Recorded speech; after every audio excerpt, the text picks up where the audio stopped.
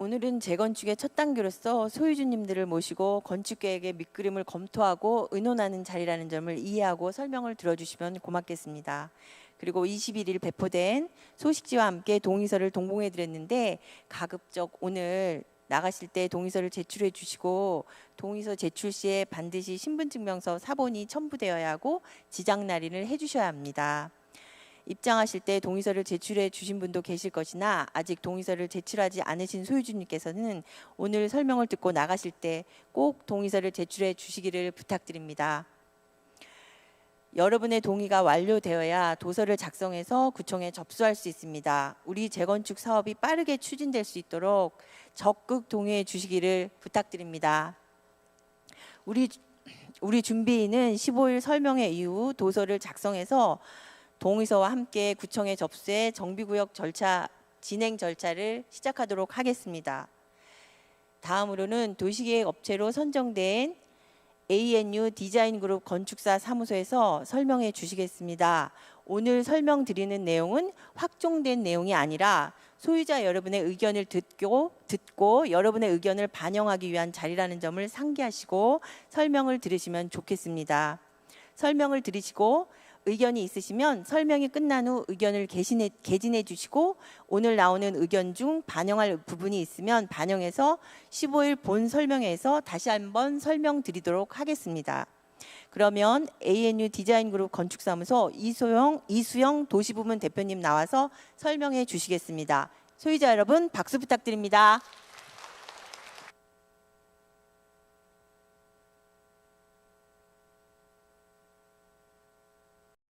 안녕하세요. 인사드리겠습니다. 저는 ANU 건축의 이수영이라고 합니다. 반갑습니다.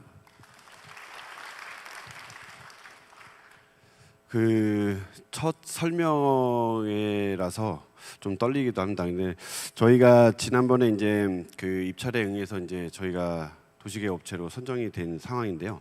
제가 오늘 설명드릴 내용은 사실 이제 처음 설명이다 보니까 이제 정비사업, 정비계획을 어떻게 수립해서 가야 되고 그다음에 지금 서울시의 인허가가 어떻게 진행이 되는지에 대해서 좀 구체적으로 좀 설명을 드리고 그다음에 추후에 이제 여기 소유주분들의 이제 설문조사를 할 겁니다. 저희가 이제 그런 것들을 만들어서 평형을 어떤 걸 선택하실지 이런 부분들을 이제 다 설문조사를 할 건데요. 그거 이후에 이제 저희가 이제 동의서가 다 거쳐지게 되면 정비계획 수립 도서를 만들어서 이제 신속통합계획 자문신청을 먼저 진행을 할 예정에 있습니다. 그래서 그 내용은 제가 이따 프로세스를 갖고 구체적으로 설명을 드리겠습니다. 그래서 오늘 좀 설명드릴 내용은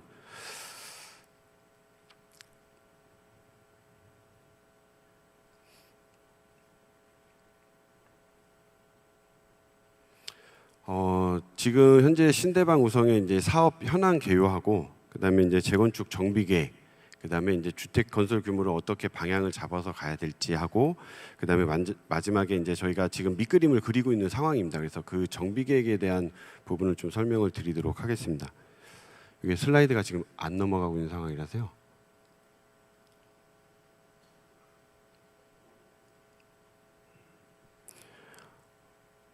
아까 리허설 할 때는 진짜 잘 됐거든요, 이게.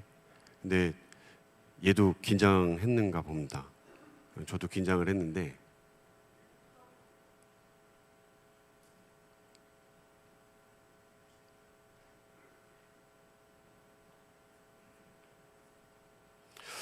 그러면 이게 좀 정리될 동안 제가 좀 설명을 드리겠습니다. 지금 서울시는 투트랙 행정으로 운영이 되고 있습니다. 원래 기존에는 일반 정비 사업이라고 해서 정비 계획을 접수를 하고 그다음에 그 정비 계획을 통해서 이제 통합심의 건축 계획을 가는 상황인데 지금은 신속 통합 계획과 정비 계획을 같이 투트랙으로 운영을 해주고 있습니다. 그래서 기본적으로 추후에 이제 그 건축 계획을 가기 전에 신속 통합 계획이라는 자문을 먼저 받습니다. 근데 이제 이 신속 통합 계획 자문을 받으면서 도시계획위원회의 수권분과 위원들이 자문을 해주십니다.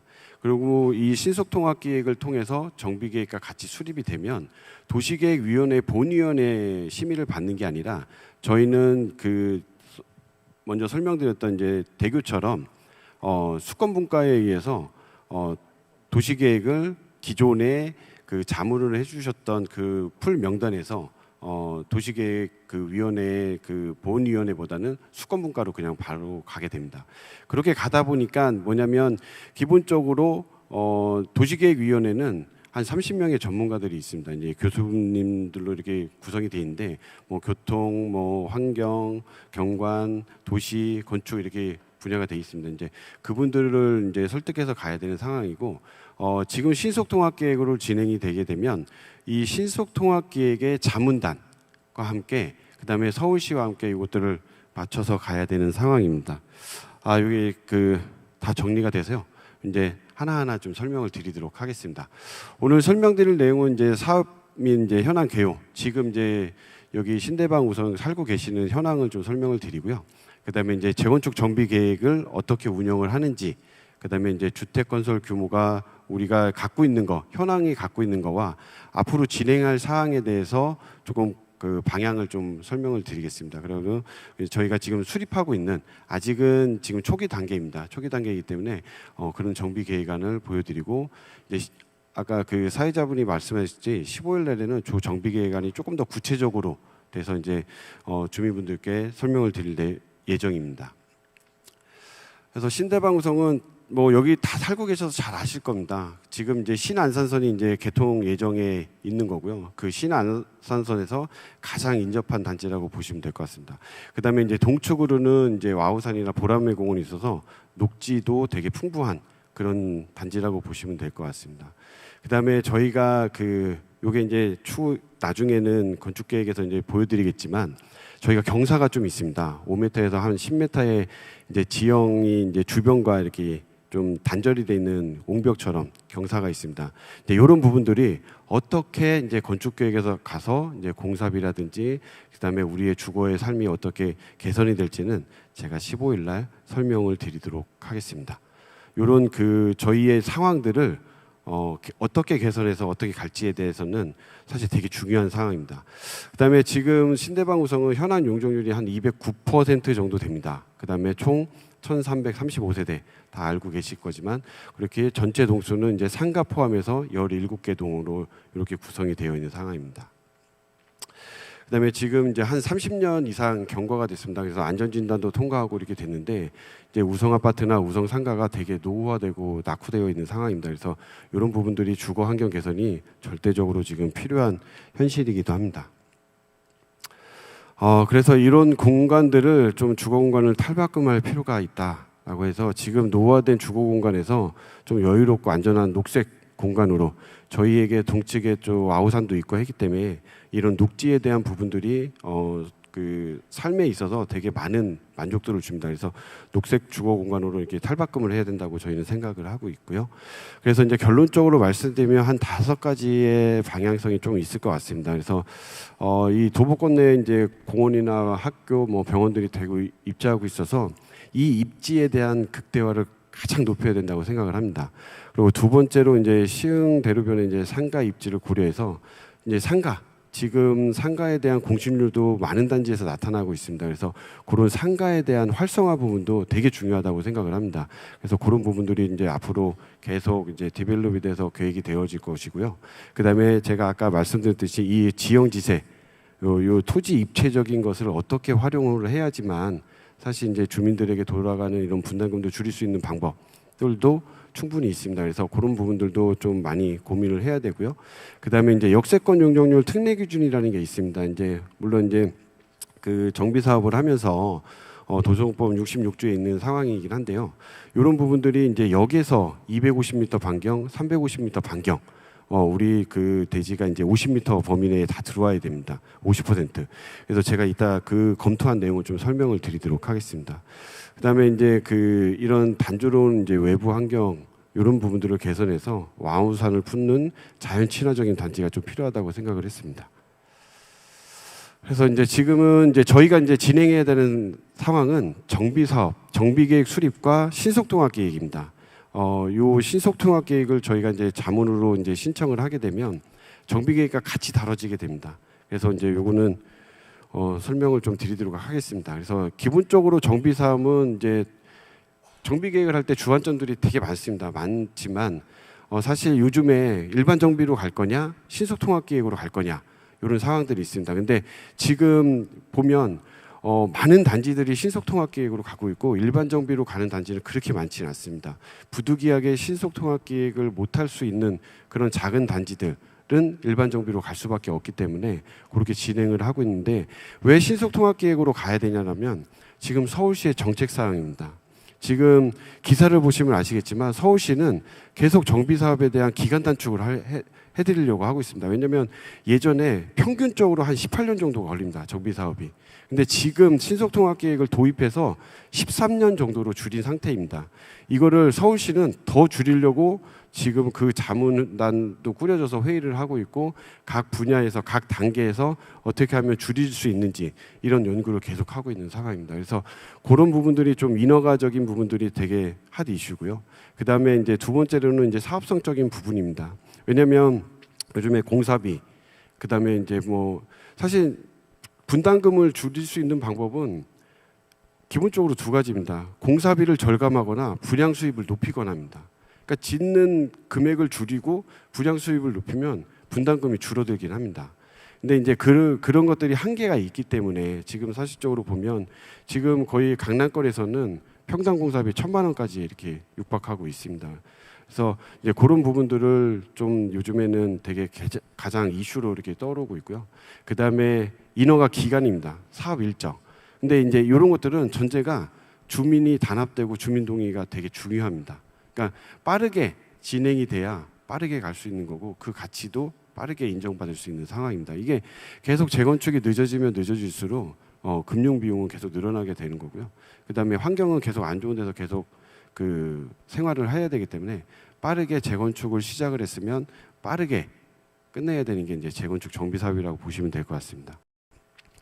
그다음에 단계는 이렇게 크게 이제 세 단계를 있는데 많은 게 있습니다. 근데 저희가 지금 보시면 아시겠지만 지금 이제 계획 단계, 사업 시행 단계, 완료 단계가 있는데 되게 많습니다. 근데 이제 저희는 이제 안전 진단이 끝났기 때문에 저희는 이제 구역 지정, 정비 계획을 수립을 하려고 하고 있습니다. 이제 요 수립을 한과 동시에 이제 요 단계들을 쭉 계속 거쳐서 가야 되는 거고요. 아까 그 대교 조합장님이 설명했듯이 대교 조합은 여기까지 온 상황입니다. 그리고 지금 시공자 선정을 해서 공고가 나간 상태이기 때문에 지금 여기까지 왔다고 보시면 될 것 같습니다. 요게 2년이 걸렸다고 보시면 될 것 같습니다. 그래서 이런 단계로 되기 때문에 지금은 아직 그 뒤에 단계가 너무나 많이 남았기 때문에 초기 단계다 이렇게 보시면 될 것 같습니다. 그 다음에 이제 정비 계획은 그럼 과연 무엇을 하는 거냐라고 봤을 때 이 세 가지가 있습니다. 기본적으로 합리적인 토지 이용 계획을 수립을 해야 되는 거고요. 그 다음에 효율적인 건축물 배치, 그 다음에 연계성을 고려한 이제 교통처리 계획. 왜냐하면 지금의 세대수보다 많아지고 주차 대수도 많아집니다.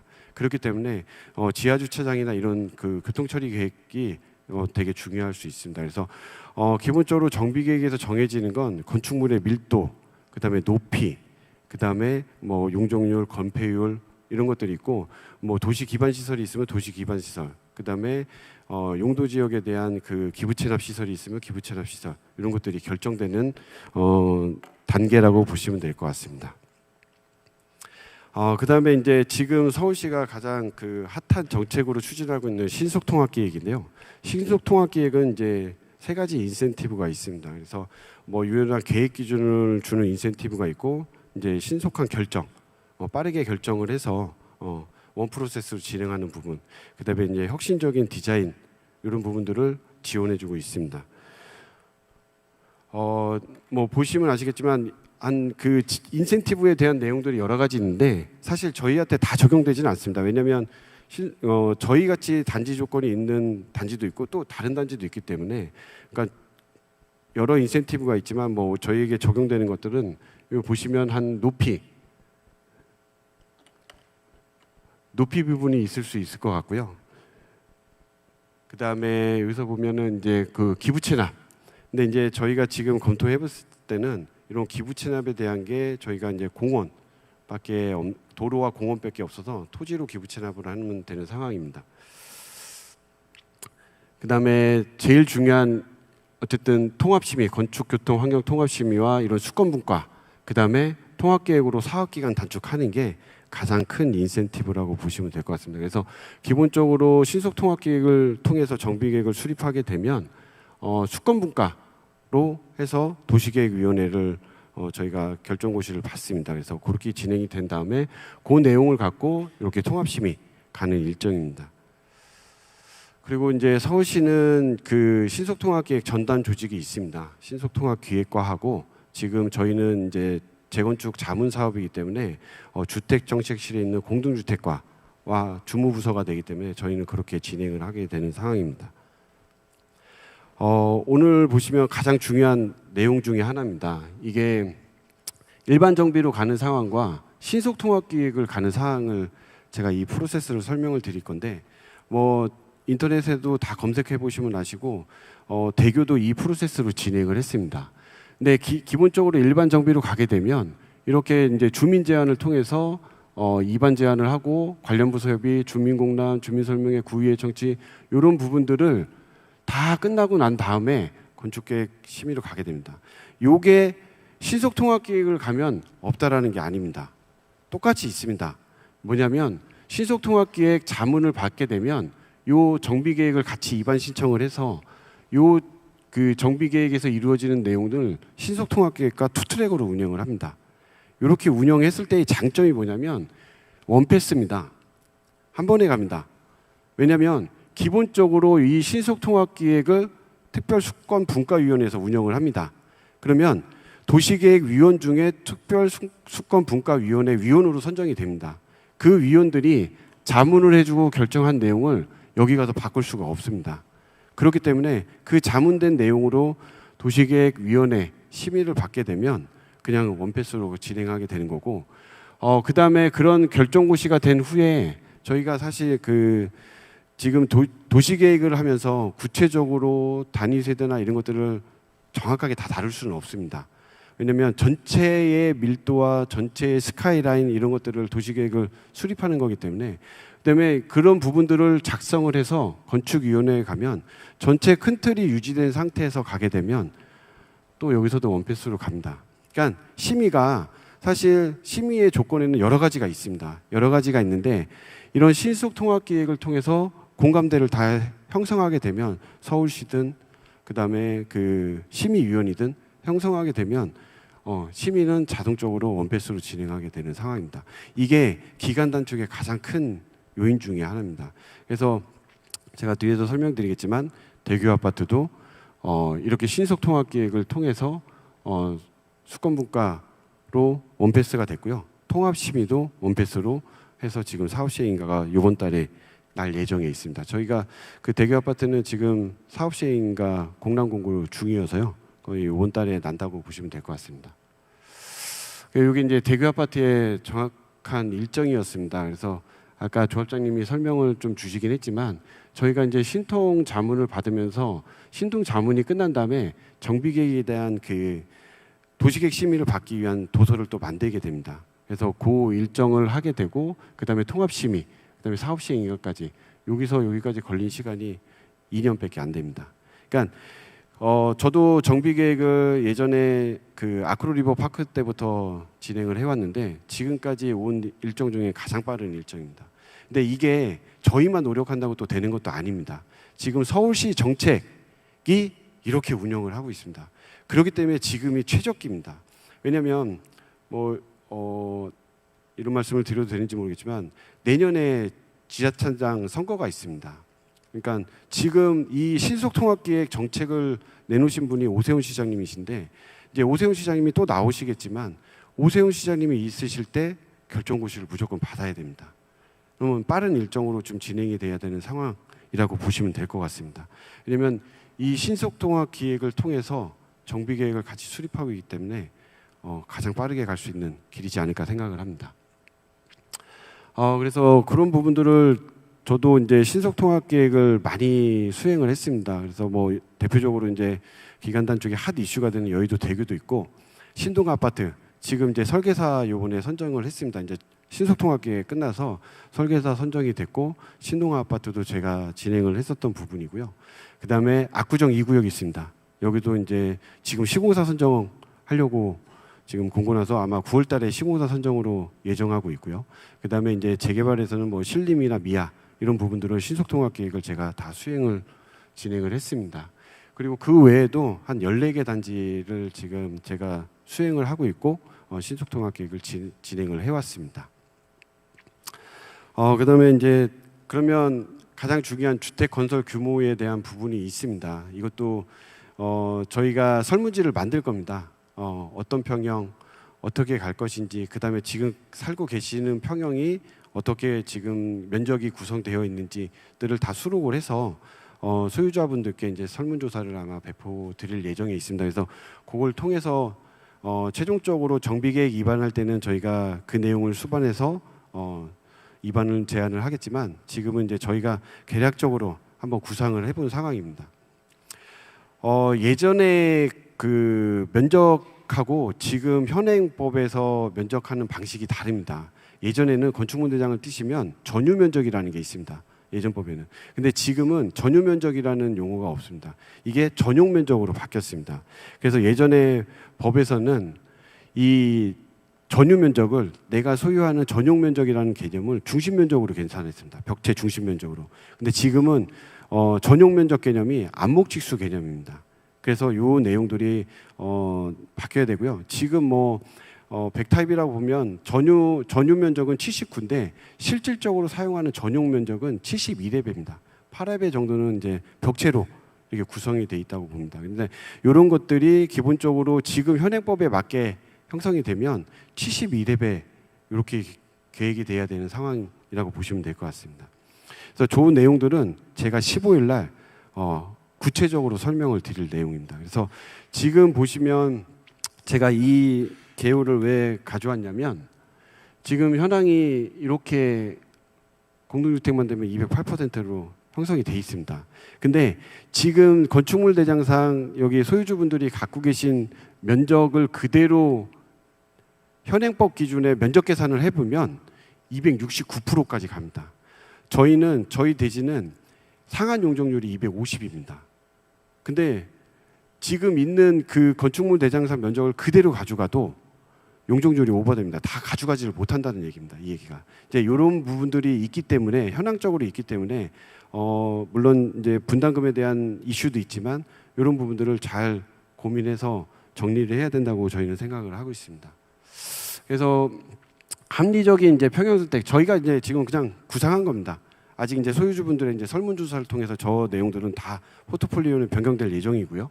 그러니까 기본적으로 갖고 있는 지금 종전 자산의 면적들입니다.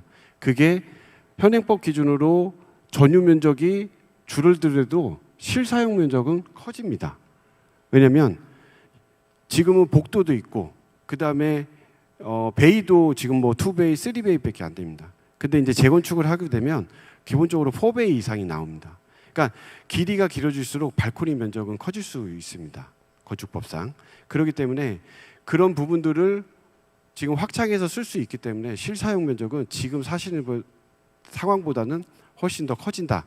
이렇게 이해하시면 될 것 같습니다. 그래서 저희가 기본적으로 방향을 잡고 있는 건 1800세대 정도 됩니다. 이게 우리는 뭐 2000세대, 뭐 1900세대 더 많이 가져갈 수도 있습니다. 가져갈 수도 있지만 왜 이렇게 기본적으로 잡았냐면, 아직 소유주분들의 의견을 제가 들은 게 없습니다. 근데 기본적으로 지금 요 전에 보여줬던 그 평형대 그 줄이는 방식, 지금 사용하는 것보다 조금 더 실사용 면적이 크게 한 기준으로 만들었을 때 일반 분양분이 한 244개 정도 나옵니다. 근데 여기서 나는 지금 사는 평형이 좀 더 커서 줄이고 싶어. 그럼 줄이게 되면 이 분양 면적은 계속 늘어나게 됩니다. 그러면 그분들은 자기 분담금이 줄어들 수 있다고 보시면 될 것 같습니다. 이런 내용들은 제가 15일 날 평가사님과 함께 고민을 해서 좀 더 구체적으로 설명드리도록 하겠습니다. 그리고 여기서의 이제 세대수의 또 이슈가 뭐냐면, 저희가 이제 79,724제곱미터의 대지 면적을 갖고 있습니다. 근데 저 세대수가 늘면 늘수록 공원 면적을 만들어야 되는 게 훨씬 더 늘어납니다. 세대당 3회배씩 도시공원법에 의해서 공원을 저희는 기부 체납을 해야 됩니다. 근데 1800세대면 5400회배를 기부 체납을 해야 되지만 2,000세대가 되면 6,000여 배를 기부 체납해야 됩니다. 그 얘기는 대지 면적이 줄어드는 겁니다. 대지 면적이 줄어들면 용적률을 곱했을 때 우리가 만들어야 되는 면적이 줄어든다고 생각을 하시면 됩니다. 하지만 그게 다 안 맞는 거냐? 그렇지는 않습니다. 이 적정선이라는 게 있습니다. 그 시뮬레이션을 계속 거듭해서 소유주분들의 분담금이나 이 사업성에 가장 좋은 그 접점을 찾아야 되는 상황이라고 보시면 될 것 같습니다. 그래서 저희가 기본적으로 구상한 정비계획 안입니다. 그 개요를 통해서 저희가 이제 5,480회배 정도의 근린공원을 만들게 된 거고요. 1,800세대의 이제 용적률은 299%까지 하고, 그다음에 저희가 이제 와우산을 들어가는 이제 공공보행 통로를 만드는 상황입니다. 이 공공보행 통로를 만든 이유는 뒤에서 설명을 드리겠습니다. 용적률 체계입니다. 기본적으로 저희는 기준 용적률이 210%입니다. 그 다음에 허용 용적률이 230%고요. 상한, 저희가 갈 수 있는 상한 용적률은 3종 일반 주거지역이기 때문에 250입니다. 그 다음에 법적 상한으로 가는 게 이제 300%. 저 법적 상한은 임대주택과 분양주택을 25%씩 나눠 갖는 상황입니다. 근데 허용 용적률 인센티브를 가기 위해서 인센티브를 항목이 이렇게 구성이 되어 있습니다. 그래서 제가 그 토지공개도에 공공보행 토론을 넣은 건 요 인센티브를 만들기 위해서 넣습니다. 왜냐하면 요 두 가지 인센티브가 공사비가 들지 않는 인센티브입니다. 나머지 내용들은 뭐 장수명이든 층간소음이든 이런 것들은 서울시 기준이 있습니다. 1,000세대가 넘었을 때 뭐 장수명이든 다 기준이 있습니다. 어느 등급까지 해야 되는 그 등급 이상을 해야 할 때만 주는 인센티브입니다. 그렇게 되면 공사비를 추가로 해야지만 더 좋은 사양, 더 좋은 등급을 써야지만 요 인센티브를 주는 겁니다. 근데 저희는 5,400회배의 공원 면적을 내놓기 때문에 굳이 인센티브를 20%를 허용을 다 찾을 필요는 없습니다. 왜냐하면 어차피 내놔야 되는 공원 면적입니다. 그러면 그 공원 면적으로 갈 수 있는 상한이 250까지이기 때문에 저희가 공사비를 들어가는 그런 인센티브 항목은 제외를 하고 저희가 이제 계획적으로 할 수 있는 거, 공사비를 들이지 않고 계획적으로 할 수 있고 지금 신속통합계획을 진행해서 갈 수 있는 항목으로 선정을 해 놓은 상태입니다. 그 8.1% 하고 그 다음에 이제 공원 면적이라는 게 있습니다. 어쨌든 그 전체 저희가 도로하고 그 다음에 공원으로 내놓는 게 7,643회배입니다. 이 7,643회배가 됐을 때 35.77%를 완화를 받을 수 있습니다. 그러니까 굳이 다른 항목을 추가해서 230%의 허용 인센티브를 받을 이유가 없다라는 겁니다. 그래서 가게 되면 250%까지 저희가 지금 공원 면적 때문에 한 1.73%가 조금 넘어가긴 하지만 상한이 250% 정해졌기 때문에 250%까지 상한은 갈 수밖에 없는 상황입니다. 그 다음에 이제 250%에서 300%로 가는 건 250%까지 허용 용적률 그 인센티브 항목하고 공공기업, 도로 공원에 대한 기부채나 그 다음에 300까지 가려면 법적 상한 공공주택하고 그 다음에 조합 분양주택이 있어야 됩니다. 이게 이제 조합의 이제 분양 수익으로 나는 건데 이게 이제 2분의 1씩 한 221세대를 공공주택을 건립을 하면 저희도 그만큼 건립을 할 수 있는 상황입니다. 그래서 이렇게 300%까지 가는 게 3종 일반 주거 지역의 기본적인 그 용적률 체계입니다. 그다음에 저희가 지금 가배지입니다. 아직 지금 계획을 지금 하고 있는 상황이고요. 물론 이제 여기 계신 소유주분들의 설문조사 이런 내용들을 통해서 저희가 이제 배치는 계속 진행될 상황입니다. 그다음에 요거는 이제 조감도의 모습인데 저희는 기본적으로 최고 축수를 49층으로 지금 진행을 하고 있는 상황이고 주변 여건에 따라서 이 층수의 조정은 필요한 상황입니다. 여기 이제 와우산 쪽에서 이제 바라본 전경이고요. 여기까지 저희가 이제 오늘 준비한 이제 사업 설명의 내용이고 저희 회사가 어떤 회사인지 좀 간략하게 설명드리고 마무리를 하도록 하겠습니다.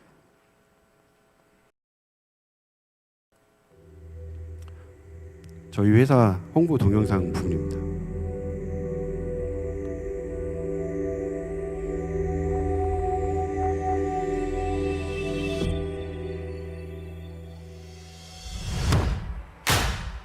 이것은 흔한 건축가 이야기가 아닙니다.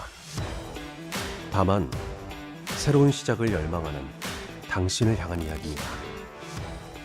한 세기에 이르는 건축의 역사 속에서 시대를 걱정하고 시민을 동경하는 진심으로 도시로부터 태어나 세계를 향해 나아가는 독창적이고 창의적인 건축가들의 히스토리입니다.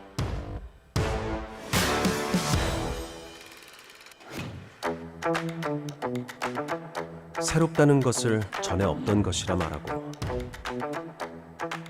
앞선다는 것을 빠르게 나아가는 것이라 말합니다. 그들이 틀리지 않았지만 우리에게는 시대를 앞서가는 가치를 창조하고 지속 가능한 도시로 나아가는 것, 대한민국 도시재생의 기준이 되는 것입니다.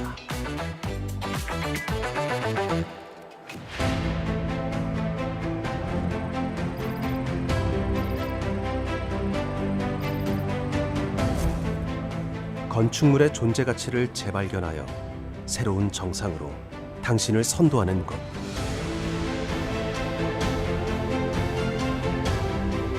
최초의 특별건축구역을 시작으로 우리가 수놓은 한강변 수만 개의 별은 주거문화의 새로운 바람을 일으키며 동경으로 반짝이고 강남 럭셔리 주거의 새로운 획을 그으며 다시 고귀한 빛을 발합니다. 광안 바다를 빈틈없이 마주하는 부산이 선택한 새로운 랜드마크.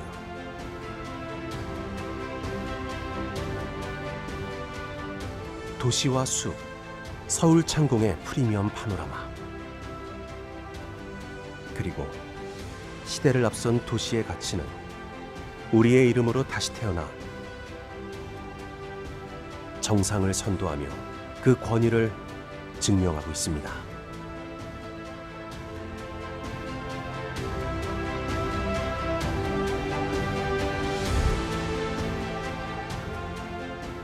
누구도 시도한 적 없는 특별한 것, 누구나 가질 수 없는 유일한 것, 우리의 모든 독창성과 문제 해결 능력을 더해 오로지 당신의 차원 높은 자부심을 디자인합니다.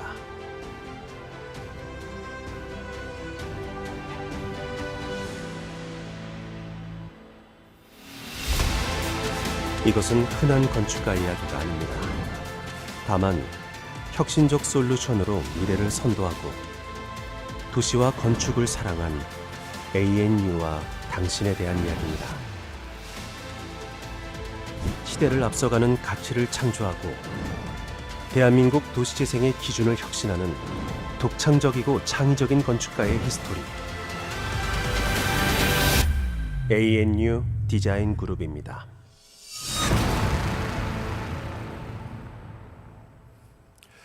어떻게 동영상 잘 보셨나요? 저는 이렇게 설명회를 다닐 때 이 동영상을 틀 때 되게 항상 이렇게 가슴이 뭉클뭉클합니다. 왜냐면 제가 한 작품이 되게 많거든요, 여기에. 네. 박수 주십시오.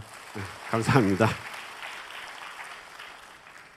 저희 회사는 지금 2006년도에 설립해서 20년째 이렇게 되는 회사입니다. 그래서 기본적으로 이 한강변이든 서울시든 이런 그 정비 계획부터 정책 사업까지 되게 많은 그 일들을 했고요. 그다음에 기본적으로 가이드라인 수립도 되게 많이 했습니다. 그러니까 이런 부분들이 저희 회사의 강점이 되는 게 뭐냐면 선제적 대응이 훨씬 더 빠를 수 있다라는 겁니다. 이런 내용들을 많이 저희가 접했고 그다음에 내용을 많이 알고 있기 때문에 미리 준비를 하는 데 있어서 내용을 먼저 안다라는 것은 정보가 있다는 건 훨씬 더 빠른 대응을 할 수 있다라고 보시면 될 것 같습니다. 그다음에 이제 물론 이제 저희와 여건은 다를 수 있지만 한강변에 이제 이 정비 사업이 가장 많습니다. 저희 회사가. 그래서 뭐 반포지구뿐만이 아니라 그다음에 압구정, 뭐 그다음에 여의도, 그다음에 그 성수 이런 부분들이 되게 많은 상황입니다.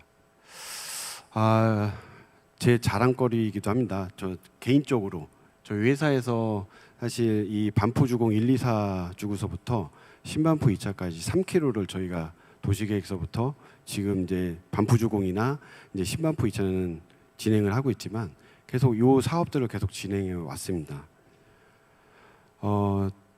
그런 부분에서 이제 한강변 정비 사업이나 이런 특별건축구역, 지금은 신속통합계획을 특별건축구역을 전제 조건으로 가고 있기 때문에 그다음에 이제 이런 하이엔드 주거에 대해서 저희가 실적이 가장 우수하다고 이렇게 자랑을 할 수 있을 것 같습니다.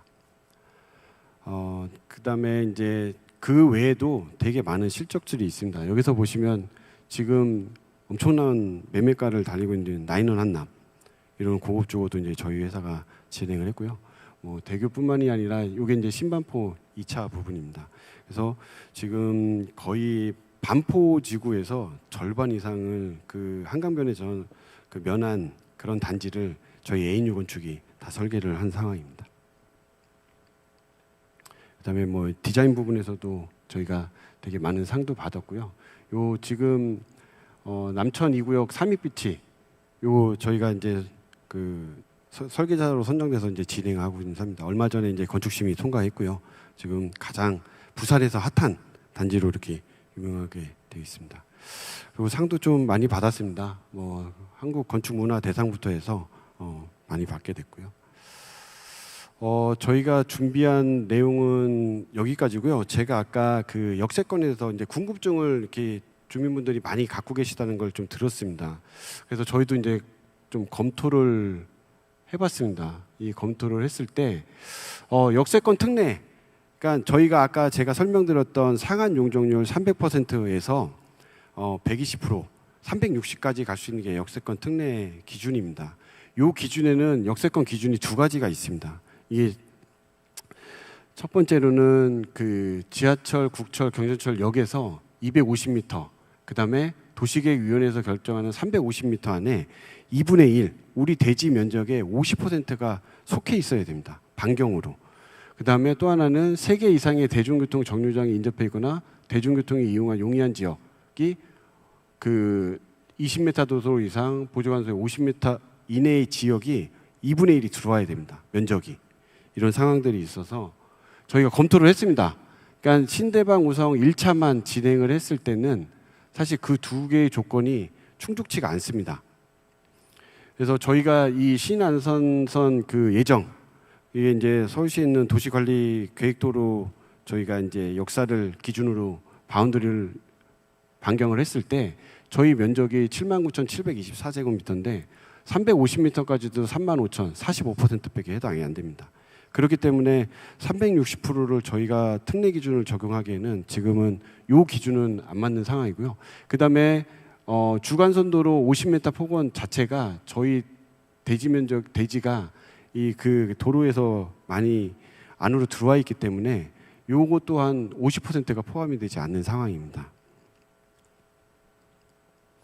그 다음에 그 우성 2차, 그 다음에 저희가 다 이 그 통합을 진행을 했을 때 지금 우성 2차도 이제 많이 되게 오래됐는데 지금 1차와 2차 사이에 어쨌든 그런 인조대지 경계선도 있고 해서 만약에 통합이 된다면 그랬을 때 이 적용을 받을 수 있는지를 또 검토했을 때도 그 기준에 대한 충족도는 만족하지는 않습니다. 그래서 저희가 지금 그 검토한 결과로는 저희가 갈 수 있는 용적률은 300%가 지금 가장 큰 용적률이고요. 그 다음에 그거를 저희가 적용이 된다고 했을 때 60%를 그 용적률 특례를 주는 게 다 아닙니다.